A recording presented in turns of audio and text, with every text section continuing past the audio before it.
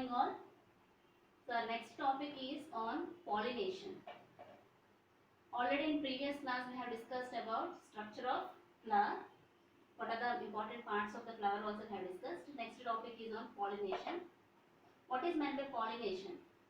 Transfer of pollen from anther to stigma is known as pollination.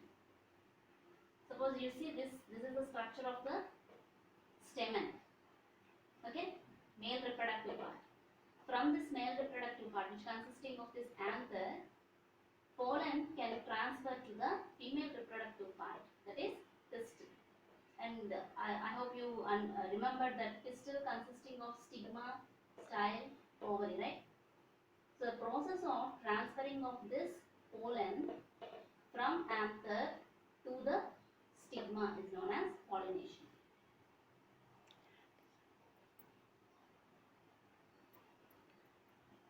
Okay?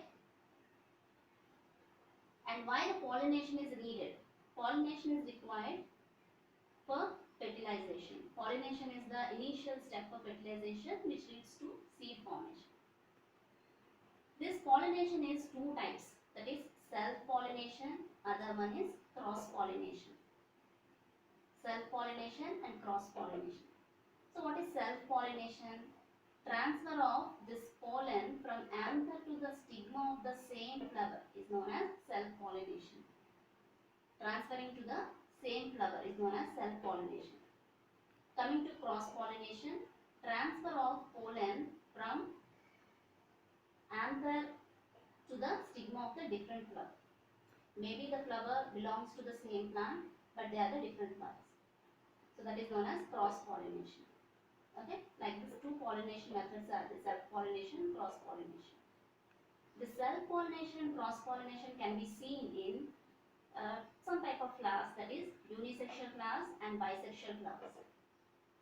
Okay, coming to unisexual flower, these are the flowers which consisting of either male reproductive part or female reproductive part. Both are not present in them. Okay, maybe female reproductive part is present or else male reproductive part will be present. Example for them, papaya, watermelon are example. Best example, even in your backyard, some of the papaya trees are there. Even the papaya tree is having the flowers, but they don't give fruit to you because they are the male flowers, so they can't give fruit to you. Okay, because male flower is different, female flower is different in this unisexual plants or unisexual flowers. Coming to bisexual plants, hibiscus, like in Telugu you call mandara, datura. These two are examples of bisexual flowers where both female reproductive parts and male reproductive parts both are present in them. Okay, so that in bisexual flowers, self-pollination, cross-pollination both are possible because both the reproductive parts are there. So that self-pollination, cross-pollination both are possible in bisexual flowers.